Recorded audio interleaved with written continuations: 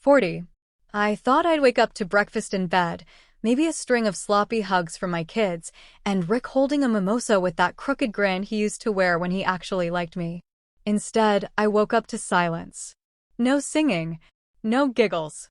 Just the creak of our aging floors and the cold awareness that something was off. It was too quiet for a birthday morning. Rick was already dressed when I walked into the kitchen. Business casual, no tie, sleeves rolled up like he had a million better places to be. He handed me a thin envelope like it was an invoice, not a gift. "Happy birthday," he said, and kissed me on the forehead like I was a distant aunt, not his wife of 17 years. The kids sat at the table chewing cereal, eyes low, like they'd been prepped for this moment, but still didn't quite understand it. I opened the envelope. A single plane ticket, booked for that afternoon. My eyes scanned it twice, then again. One way. Someplace I'd never heard of in Utah. A wellness retreat. For women in transition, the tagline read. My stomach flipped. "What is this?" I asked, trying to keep my voice steady, but it cracked anyway. Rick's smile tightened. "You need a break, Em. Time to work on yourself. Reset." A break. From what? My life? My family? The people I built everything around? The people I carried every damn day without complaint? "You're sending me away?" I said, almost laughing, because it was so absurd it couldn't be real. But no one laughed with me. Not even the kids. My daughter fiddled with her spoon. My son refused to look up. "It's not like that," Rick said, as if the truth wasn't sharp and blatant. "You've been not yourself lately. And this could help. It's supposed to be beautiful. Peaceful. They take your phone so you can really disconnect." So that's what this was. A one-way ticket to nowhere. A disguised exile with the branding of self-care. I looked down at my hands. I'd once been a creative director. Wrote campaigns that made CEOs weep and clients line up. Then I had kids. Then I became what Rick needed. The stay-at-home wife. The PTA volunteer. The bedtime story expert. The ghost of my former self. And now I was being discarded like an outdated model. What if I don't want to go? I asked, but I already knew the answer. Rick didn't even flinch. "It's non-refundable. Non-refundable. Like my worth. Like all the years I poured into everyone but myself." I packed in silence. Not because I wanted to, but because there was nothing left to say that hadn't already been screamed in my head. As I zipped up the suitcase, my daughter stood in the doorway. "Daddy said you need help," she whispered. Her eyes were wide, scared. Like I was contagious. "Will you be back?" I couldn't lie to her, not with her lip trembling like that. I crouched and tucked her hair behind her ear. "I don't know," I said softly. "But I love you. That won't change." At the airport, Rick barely parked the car. He didn't come in with me, didn't walk me to the gate. Just popped the trunk and handed me the bag.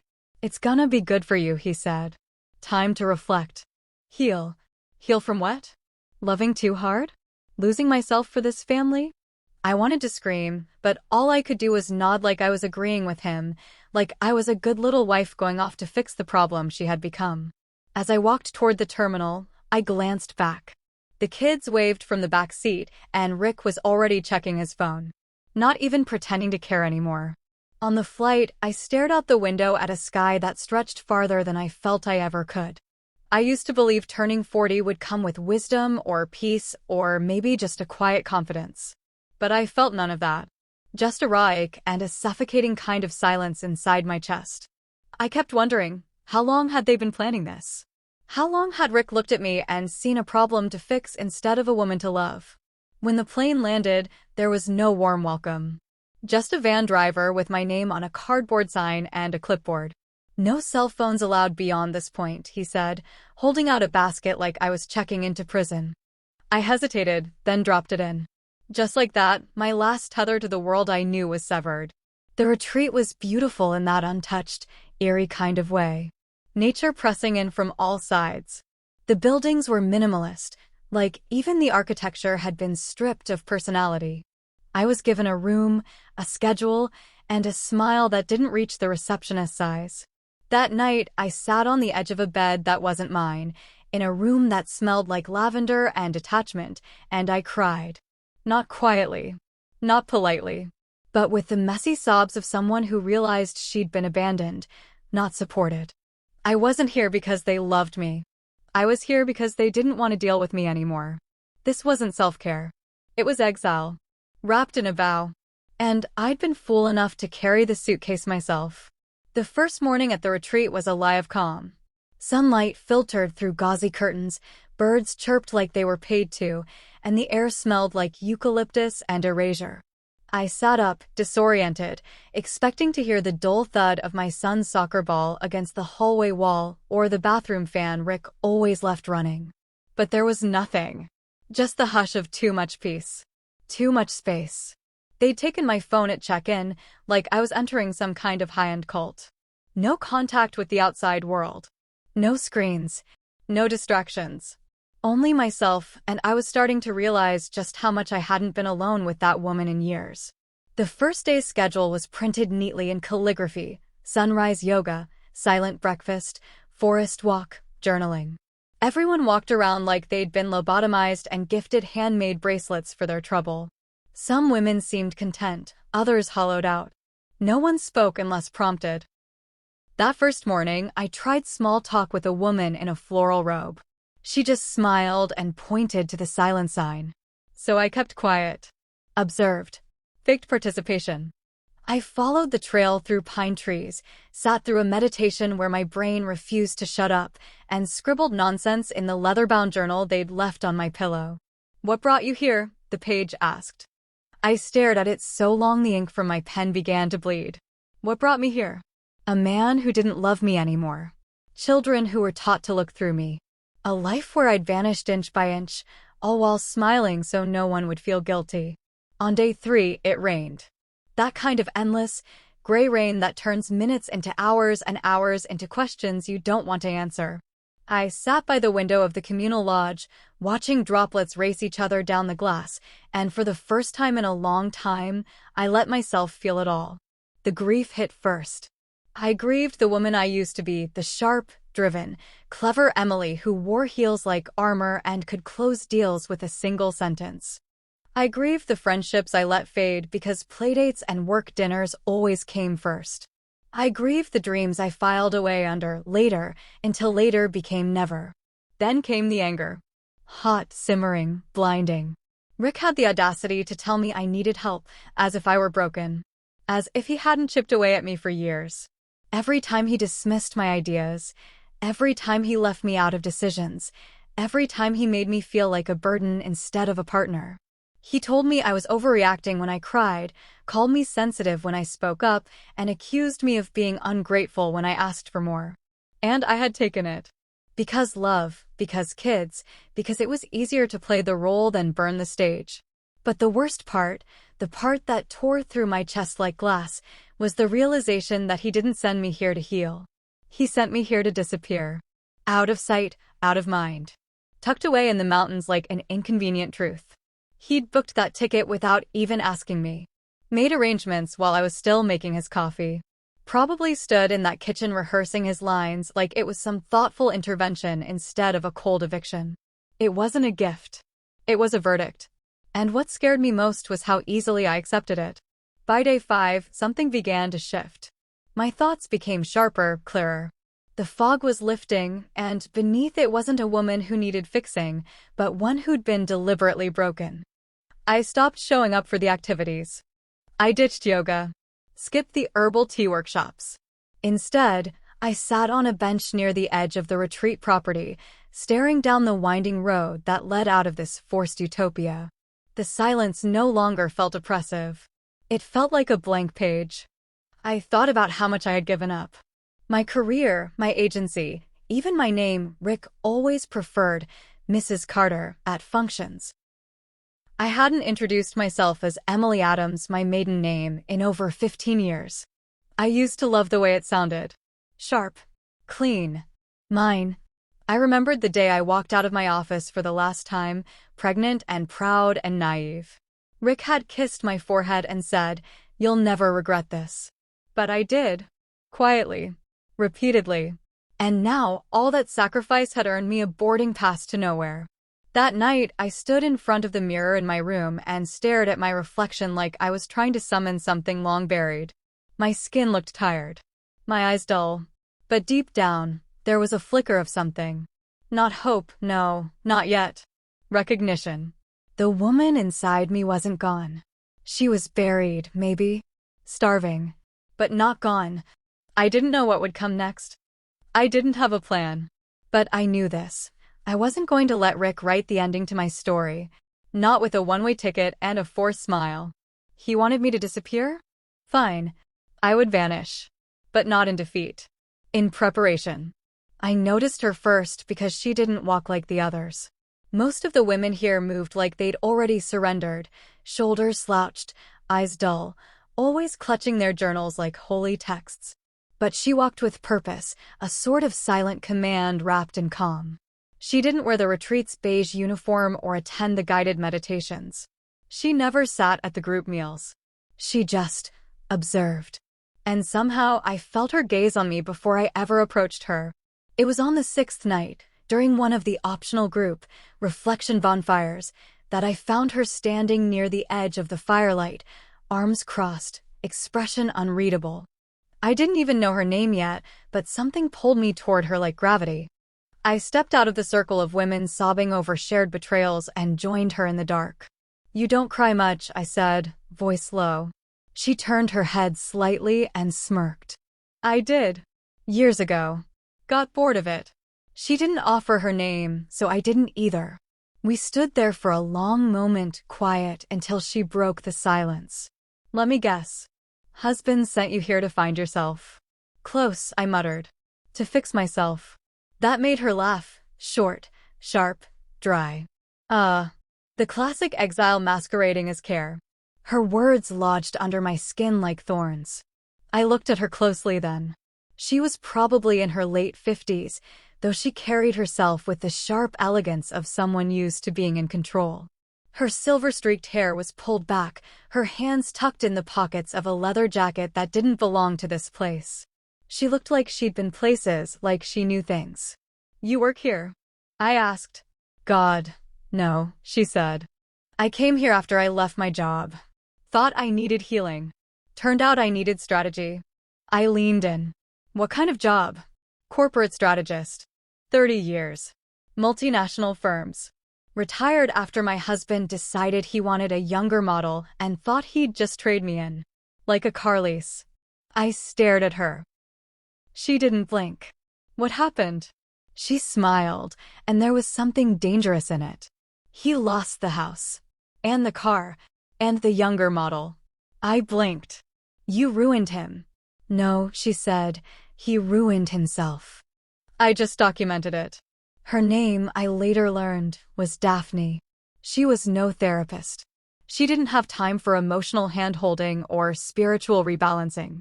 But what she had was something I hadn't seen in a long time: clarity. She didn't just survive her betrayal, she dissected it, traced the steps, understood the architecture of her own collapse, and rebuilt it in her favor. Quietly, ruthlessly, brilliantly. And for some reason, she'd taken an interest in me. "You're still grieving," she said the next evening, as we sat outside on a stone bench that overlooked the mist-covered hills. "But beneath it, you're angry. That's good. Use it." "Use it how?" She tilted her head toward me. "You have 2 choices, Emily. Disappear in shame. Or reappear in power." I stared at her. The idea felt too big, too heavy to even hold in my hands. "What does reappearing in power even mean?" She didn't smile this time. "It means you stop playing the role they wrote for you. You write your own script. It means you stop waiting to be rescued and start strategizing. You want revenge?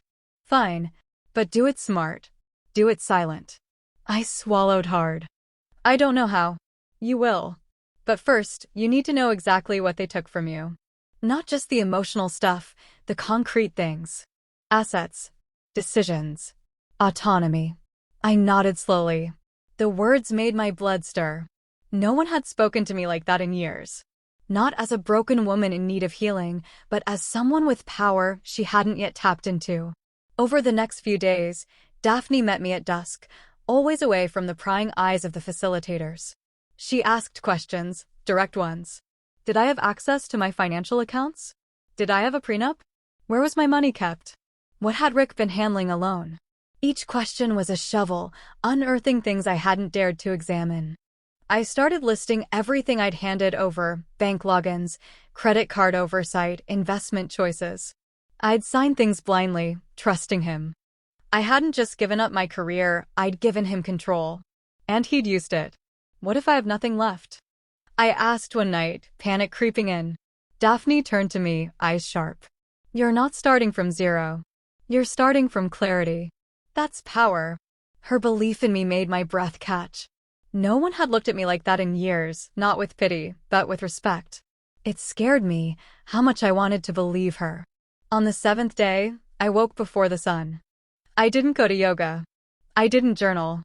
I sat alone, staring out at the fog curling along the hills, and felt it, something shifting inside me. A reckoning. A decision. Daphne found me later and asked, "What'll it be, Emily? Disappear or reappear?" I met her eyes. Reappear. In power. She nodded once. Good. Then we begin.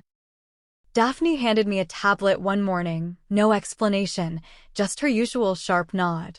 Time to look, she said. My stomach tightened, but I took it. I hadn't logged into any of our shared accounts in years. Rick always said he'd handle the boring stuff. And I let him. Not because I was naive, but because I thought that's what partners did, divided the load, trusted one another. God, I was a fool. It took 3 password resets just to get into the first account. He'd changed everything, usernames, security questions. All of it buried, but not beyond reach. Daphne coached me through it, patient but firm. When the first balance popped up, I blinked hard. Lower than I remembered. Much lower. I thought maybe it was just that one account. Then I opened the next. Same story. I felt the shift in my breath. That cold, creeping nausea of understanding. He'd been draining them. Daphne didn't flinch. Keep going. So I did. Over the next few hours, we combed through everything: joint checking, investment accounts, credit cards. He'd taken out personal loans in my name, small enough to slip under radar, big enough to add up. There were charges I didn't recognize, wire transfers I never approved. My inheritance, what was left from my grandmother's estate, was gone. Just gone. I stared at the screen, blinking back tears that burned hot with betrayal. He stole from me. No, Daphne said, calm and clinical. He weaponized your trust. There's a difference. I shook my head, unable to process the scale of it. Why? Why would he need to do this? Daphne's voice lowered. Because this was never about money. It was about control. The retreat's quiet isolation had become my interrogation room, and the evidence was damning. Rick hadn't just pushed me out, he'd spent years preparing for my disappearance. Financial erasure. Emotional exile. And now, I could see it all. But what crushed me most wasn't the missing dollars or the fraudulent debts. It was the custody document I found in a shared legal folder he clearly forgot to delete. A draft motion for full custody. His justification? That I was mentally unstable, emotionally volatile, and unable to provide consistent care. He was building a case. Against me. While I was still making his dinner, still showing up for school meetings, still asking him if he needed anything from the store. The air around me grew heavier, like the truth itself was trying to suffocate me. I pushed away from the tablet, pacing, shaking. He was going to take the kids. Daphne nodded slowly. And everything else. Your house. Your name. Your story. I sat down hard, the weight of it all pressing against my chest. Every fight we'd had now played back in sharp detail, the way he gaslit me into thinking I was the one losing grip, how he'd dismiss my concerns with that smug tone, the way he carefully isolated me from friends, from money, from any sense of independence. This wasn't just betrayal. It was premeditated annihilation. I should have seen it, I whispered. No, Daphne said firmly. You were conditioned not to. That's what abusers do. Slowly. Strategically. I looked up at her, eyes burning. What do I do now? She leaned in. You still have access. That's your weapon. He got lazy. Arrogant. He thought he'd already won. That's his mistake. It was like a switch flipped at me. The grief didn't vanish, but it stepped aside, made room for something colder, more deliberate. I wasn't powerless. Not yet. Not if I acted fast. Rick may have stripped me of almost everything, but he'd underestimated one crucial thing: I was still here. And I had nothing left to lose. That night, I stayed up late in my room, every click of the tablet keys a new brick in the wall I was building between us. I started cataloging everything: transactions, dates, amounts, screenshots, PDFs. I created a cloud folder, encrypted it, and labeled it plainly: evidence. Daphne checked in once around midnight. Still sure you want power? I didn't hesitate. Yes. Then stop reacting, she said. Start building. The next morning, I asked her about lawyers. Good ones. Ones who wouldn't flinch at messy, high-stakes cases. Her eyes lit up. I have someone in mind. The cracks in the foundation had turned into gaping holes. Rick thought he'd built a fortress of lies and secrecy, but he'd left the back door open. And I was done playing the banished wife in exile. I was done being the victim in his narrative. He thought he'd sent me away to fall apart. He was about to watch me rebuild, stronger, smarter, and ready to burn the whole damn lie to the ground. It started with a memory. Not a major one, just a whisper from the past. I was brushing my teeth when it struck me, out of nowhere. My grandmother, sitting with me on her porch swing the summer before she died, holding my hand and saying, I know you think he's charming, Emily. But don't ever let charm replace your own safety. I left you something. Quietly. In case you ever need to find your way again. At the time, I'd brushed it off, thinking she was being dramatic. She was always one step ahead, always suspicious of smiles that didn't reach the eyes. She'd lived through a loveless marriage, raised my mother on grit alone, and told me more than once, men will take if you don't know what you're holding. That morning, I tore through my memory like a scavenger. And it hit me. She hadn't left the inheritance with Rick's name on it. There'd been a separate trust. Something discreet. Something only I could access. The account had a name I hadn't heard in years, my full birth name, Emily Rose Adams. Daphne and I sat hunched over the tablet in the retreat's library, the only place with weak Wi-Fi the staff didn't monitor too closely. My hands shook as I typed in the credentials. The login portal was old school, layers of authentication, but I knew the answers: my grandmother's favorite hymn, the name of her first cat, the street we lived on when I was 7. And then it opened. The screen loaded slowly. I held my breath as numbers flickered into place. $312,486.09. I exhaled so hard I choked. It's real, I whispered. It's still here. Daphne's mouth curled into the faintest smile. Your war chest. That's what she called it from that moment forward. Not a safety net. Not a cushion. A war chest. Because that's what this was now. A war. First thing, Daphne said, we hire Mara. Mara Torres was a lawyer Daphne had met during her own silent crusade. Former litigator turned legal bloodhound. Mara didn't smile during our first video call. She listened, interrupted often, and within 10 minutes had a list of documents I needed to pull. You're lucky, she said, her tone sharp but focused. He got sloppy. He didn't hide this well enough. And you're not gone yet. I signed everything electronically, wiring a portion of the trust to cover her retainer. It was the first time in years I spent money without asking anyone's permission, and it felt electric. Like flipping on a light in a room I hadn't stepped into since I gave birth to my first child.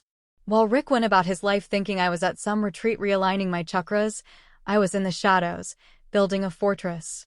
Mara opened files, filed injunctions, began property inquiries. Every move was deliberate and silent. Daphne called it surgical extraction. I liked that. No warnings. No fireworks. Just vanishing pieces of his empire, one at a time. We started with the house.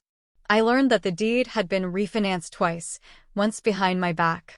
But a technicality, my name still on the original documents, gave me leverage. Mara began the paperwork to freeze the asset. Next were the accounts. One by one, I pulled my name from anything shared. Cancelled cards, requested new ones, rerouted anything tied to my social. I even removed myself from the kids' school emergency contacts. Not because I didn't love them, but because I knew Rick would try to paint me as unstable, irresponsible.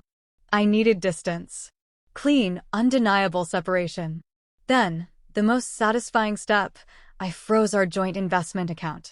All it took was one notarized letter, and suddenly, Rick couldn't touch it without my approval. The money wasn't gone. Just locked. And the lock belonged to me now. Daphne and I celebrated that night with contraband wine she'd somehow smuggled in. "How does it feel?" she asked, raising her glass to not ask permission. I grinned, warmth rising in my chest, like breathing for the first time in years. Still, there was one more thing I hadn't told her. A detail I hadn't quite processed until I saw it written plainly in Mara's files. Rick had been planning to sell the house. Not just transfer it, not refinance it, sell it entirely. There was a purchase agreement waiting in draft form, set to execute in less than 3 weeks. He was clearing the board, wiping out everything, preparing for my permanent removal. He truly thought I'd never return. And maybe that was his biggest mistake. Because while he prepared for a clean slate, I was preparing for a controlled burn. I wouldn't take everything, just everything that was mine. And if that left him with rubble, so be it. By the end of the second week, my name was gone from our financial life, but not because he erased me. Because I removed myself. Strategically. Quietly. Powerfully.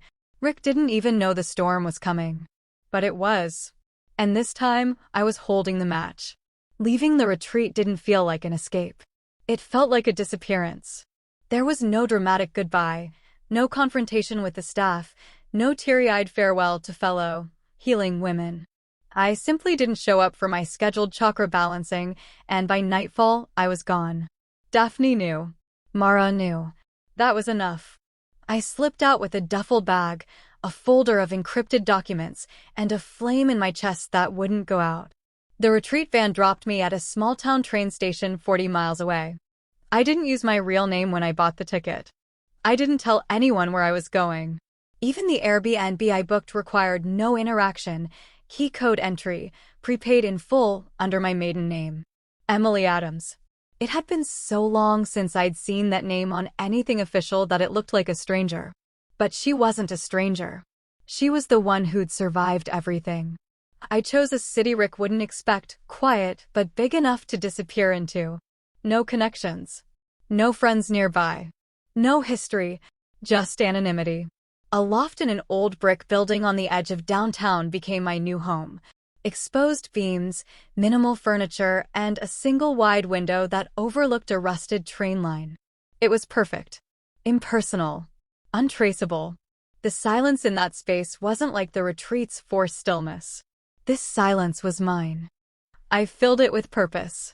Each morning, I woke before the sun and checked in with Mara. She updated me on filings, timelines, and responses, or lack thereof, from Rick's legal team, who still thought I was tucked away in the woods, detoxing on herbal tea. The silence was my armor now. He had no idea where I was or what I was doing. I imagined him growing restless, maybe smug, thinking he'd broken me. I smiled more each time that image crossed my mind. I took the dog with me. Molly. Our 12-year-old Labrador with arthritic legs and eyes that had seen too much. When I opened the back of the car at the retreat, she jumped in without hesitation, like she knew exactly what we were doing. She'd always been more mine than his. The kids had long ago stopped walking her. Rick never even acknowledged her. She was my quiet shadow, curled at my feet as I scanned legal documents and made plans. She was the only living thing I brought with me from my old life. Everything else I left behind. The wedding photos. The clothes. The fake live, laugh, love signs. Let them rot in that house. Let them haunt Rick instead. The kids didn't know where I was either. That was the hardest part. But Mara had made it clear. If I reached out now, if I left any trace, Rick could twist it. Accuse me of mental instability. Disrupt everything. I had to wait. I had to play the game the way he never thought I could, patiently, strategically. It hurt like hell. But I reminded myself over and over I wasn't abandoning them. I was protecting them. Just not in the way anyone expected. I learned to live with the ache. Each night, I walked the quiet streets with Molly, my phone still off, no social media, no digital footprint. Sometimes I caught my reflection in the shop windows and barely recognized the woman staring back. She looked leaner, sharper, not necessarily stronger yet, but dangerous in a way I'd never been before. The kind of danger that comes from having nothing left to lose. I wasn't healing. I was hunting. Daphne and I stayed in touch through encrypted messages. She sent me spreadsheets, articles, resources. Once, she sent a single line that stayed with me for days. They never expect the quiet ones to strike. She was right. Rick had underestimated me the moment he booked that retreat. He thought I'd cry, maybe lash out, then fade away. But he hadn't noticed the woman he pushed too far. He didn't see that exile was the worst possible gift to give someone like me. I'd always needed space to remember who I was. Now I had it. And I wasn't wasting a second. I used part of the war chest to furnish the loft, bare essentials, clean lines, nothing sentimental. I didn't want comfort. I wanted control. I filled a corkboard with timelines, names, goals. Every move I made was logged. Every document backed up 3 times. I wasn't leaving holes for him to slip through. Not again. One night, I stood by the window with a glass of wine, watching the lights flicker in the distance. Molly snored softly beside me. I thought about how far I'd come in just a few weeks. From weeping at a lavender-scented retreat to orchestrating my escape like a ghost in plain sight. Ghost mode. That's what Mara called it. You're off the map, she'd said. He can't hit what he can't see. I took another sip and smiled to myself. Let him wonder. Let him sit in that hollow house, notice the silence, realize even the dog chose me. Let him rehearse lies in the mirror for when the truth arrives in court. Let him ask the kids if they've heard from me, and let their confusion mirror his loss. Because soon, he'd get more than silence. He'd get served. And he wouldn't even see it coming. It was a Tuesday. Mid-morning. Sunny. Completely ordinary, until it wasn't. I sat in my loft, coffee in hand, staring at my laptop screen, watching the timestamp on the message Mara had just sent. It's done. 2 words, but I read them over and over like they were scripture. After weeks of silence, weeks of precise movements behind the curtain, the first stone had finally dropped. The papers had been served. The lawsuits filed. The orders activated. Rick had officially been hit. At work. In front of everyone. I imagined it down to the details. His secretary approaching him with a strange look. The manila envelope. His fingers pausing mid-keystroke. Maybe he thought it was a client file. Maybe he smiled. But as he flipped it open, I knew exactly what would happen. His face would lose color. His jaw would twitch. His whole body would freeze for a second as the words settled in. Lawsuit, financial misconduct, fraudulent debt in a spouse's name, emergency restraining order, motion for preliminary asset control. He wouldn't have known what hit him. I didn't feel joy. Not really. What I felt was release. This wasn't vengeance for the sake of pain. It was justice finally stepping into the room, wearing heels and carrying receipts. Mara called 10 minutes later. They tried to play dumb, she said, not even bothering with hello. His company lawyer called me, acting like it was all some sort of mistake. I corrected him. Thoroughly. I didn't even realize I was smiling until my cheeks hurt. What about him? She chuckled. Rick hasn't said a word. But he signed for the documents. And we served them right in front of his mistress. I blinked. Wait, he brought her to work? Apparently, she's consulting for one of their side projects. Or was. A laugh escaped my throat, sharp and shocked. He really didn't see this coming. No, Mara said, her tone dropping into something steel-hard. Because men like him never do. Back in the house, chaos would be blooming. By now, the kids would have come home from school. The place would feel half empty. Because I hadn't just removed myself, I'd removed everything that was mine. The closet, the books, the small heirlooms scattered throughout the living room. And Molly. That one probably hit harder than he expected. No mom. No dog. No idea what had just detonated. I pictured my daughter walking through the front door, noticing how quiet the house was, how something in the air had shifted.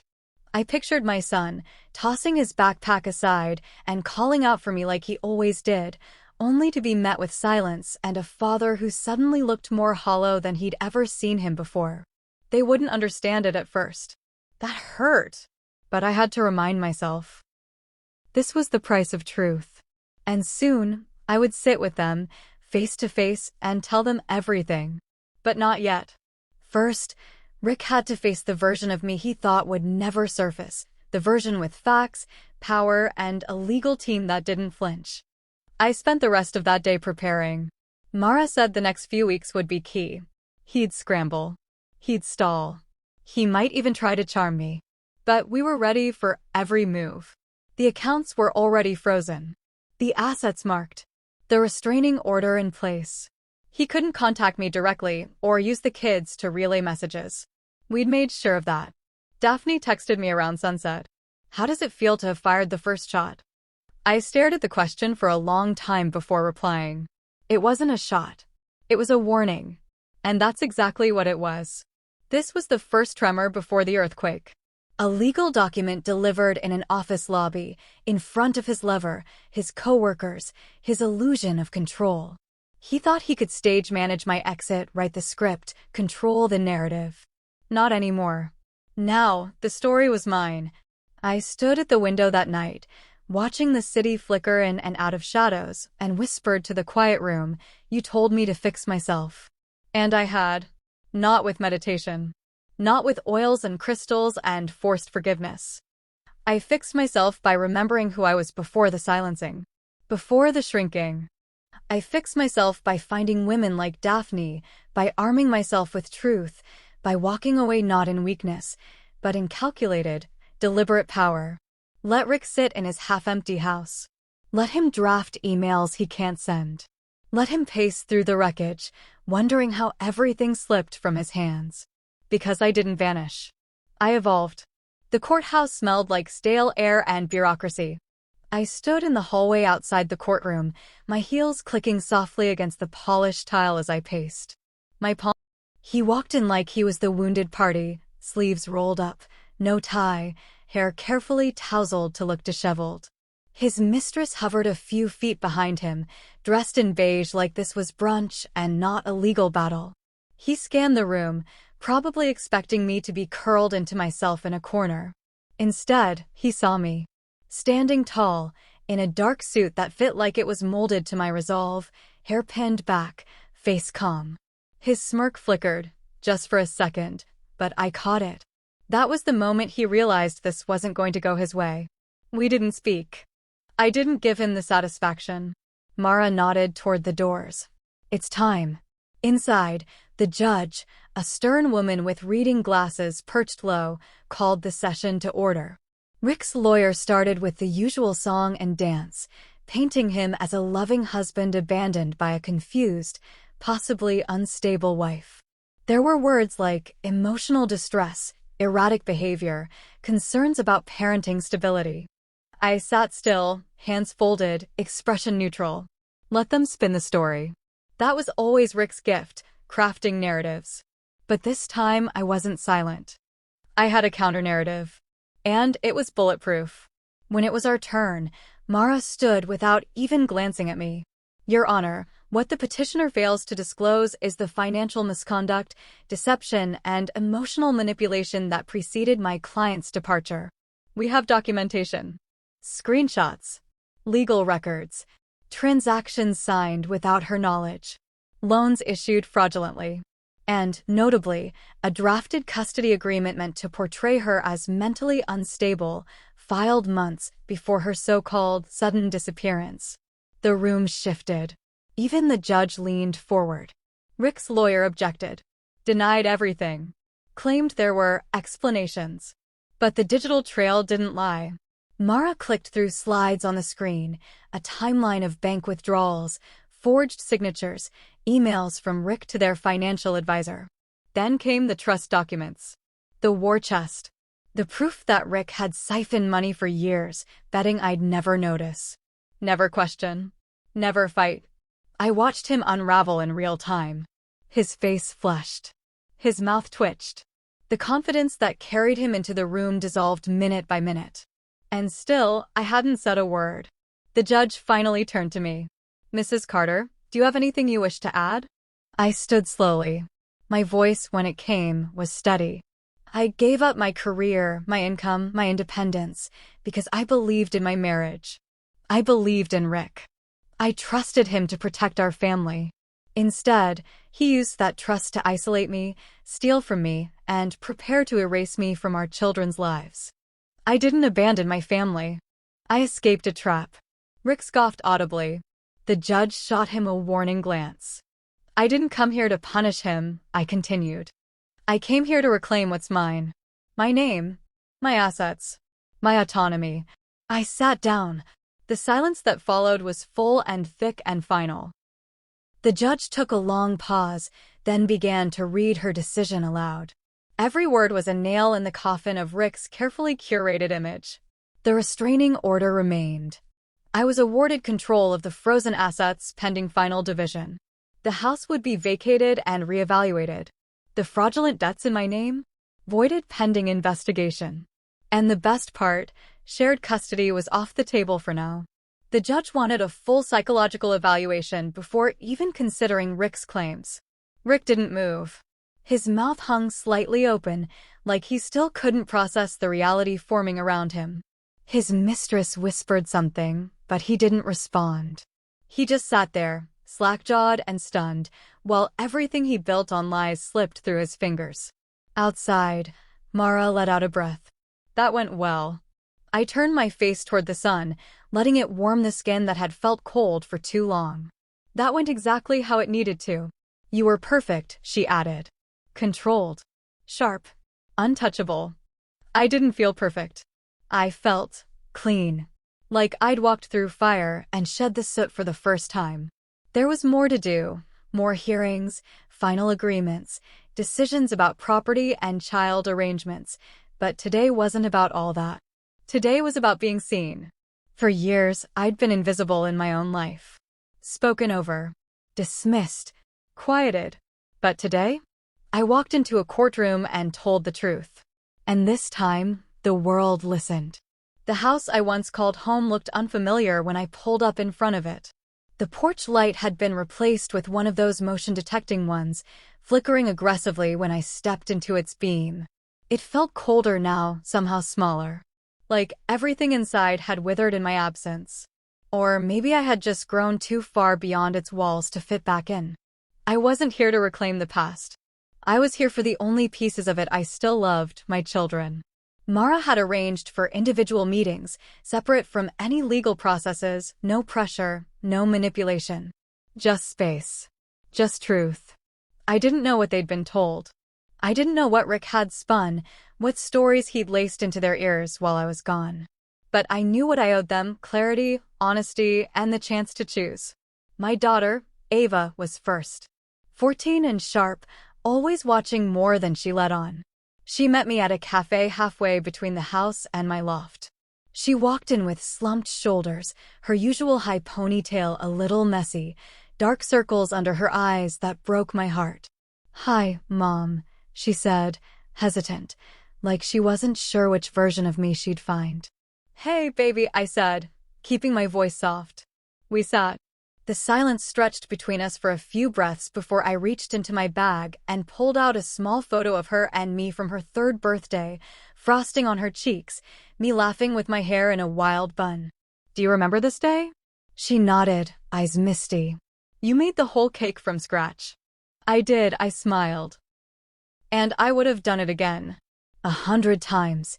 I've always been here, Ava. Even when it looked like I wasn't." She bit her lip.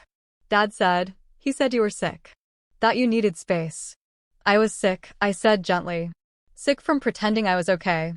But not the way he told you." And then I told her the truth. Not all the legal details. Just the real parts. That I left because I discovered things I couldn't ignore.